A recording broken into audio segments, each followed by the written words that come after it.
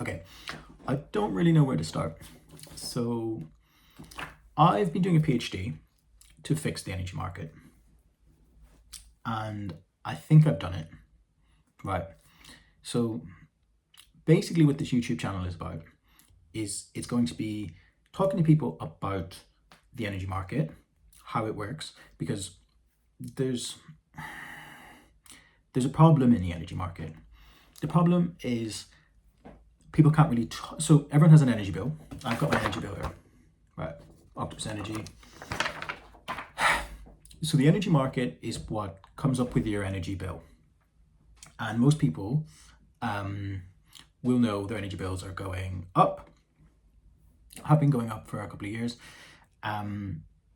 So what I know about in a lot of detail is how you come up with the price of energy, what goes into your bill, and it's the problem is really at its core. So we used to have a very different energy system. We used to have what's called a centralized energy system, where we just had a couple of small or a couple of very large generators that are providing power for the whole system. So like big gas generators, big oil generators, coal, right? So we don't have that anymore. What we have is a system where we have wind, solar, which are distributed. So there's a lot more of them throughout the country, right? So I'm living in Ireland at the minute, but I've been living in the UK for the last 8 years. So I'm mostly talking about the UK energy market and other countries that are trying to decarbonize using wind and solar. Right, so we have a different system, and then because we can't control the wind and we can't control the sun, what we're doing is, what we need to do is we need to get people to consume energy at times when it's windy or sunny, right? And trying to get people to do stuff, right, that's difficult. Okay, but what we haven't really done is we haven't really updated the energy market, and we haven't really updated how we come up with the price of energy, which relates to that. So the system has changed a lot, but we haven't updated how we do the market coming up with the price, right? So the price can be a useful, and that's what I've been doing in a PhD.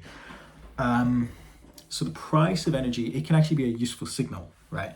To encourage people to consume electricity at specific times. What you want to do is to encourage people to consume when it's windy or when it's sunny, rather than at times when there's high carbon.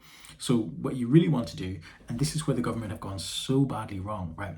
So the cost of energy is actually, that's what we should be focused on, because what we want to do is we want the price of energy to be as low as possible at times when it's high, when it's low carbon, when there's high wind and high solar, so that people will consume at those times. So we want the price to be low at specific times. And some people might comment and say, oh, but there's like the octopus agile tariff where it passes through. So for anyone who doesn't know that, that's where the price changes every 30 minutes, and it can actually go negative sometimes. So I actually have an essay coming up about why, this is what I'm looking at, the way those prices are come up with.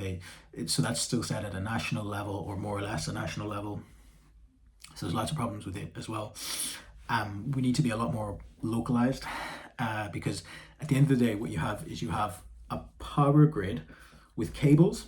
So you have cables connecting between a generator, which is generating electricity, which is then connecting to our homes and businesses. And those cables you can't just put as like infinity amount of power through them. So my background is electrical and electronic engineering, and like I've done quite well in uni. Yeah, at the end of the day, what you're doing is you're moving electrons around. So it's very different to some people compare it to financial systems. So there is some comparison with financial systems, and there's some comparison with the internet as well. But there's other things to consider, given that it's an electrical system. So the electricity is its own thing, and we're probably going to talk a lot about that as well. So electricity follows the laws of physics rather than the laws of money or the laws of man. So there's like Kirchhoff's voltage law, Kirchhoff's current law, Ohm's law, all these different laws that electricity follows, right? So what we need is the price of electricity to be really aware of the local physics in encouraging people to consume at specific times. And that's where the government have gone really badly wrong. They've completely forgotten the cost element, right? So they've added bureaucracy and blah, blah. So I'll talk a lot about that as well in terms of energy bills, where prices come from, and what we can be doing better. I think that's it for the moment, but I'm going to be posting. I just keep seeing all these updates on energy markets. It's quite stressful. What I forgot to say, right? So you have your energy bill. The energy bill is a cost. So if you're a business, you have to pay your energy bill.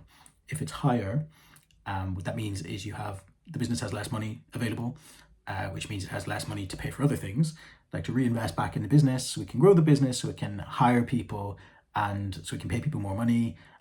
So basically, my whole thesis is that if we fix the energy market, it pretty much fixes the economy. So what I'm asking people to do, right? So I've just set up Substack. I've just put my first post on Substack. I'm trying to get political attention, I suppose is the answer, is what I'm actually trying to do. Because I just think we're giving young people such a rubbish deal. And I'm not that old, but even younger people than me, I think it's just a shitty situation that, trying to get a job these days, especially with AI and stuff. So like, people just disconnect from systems, right?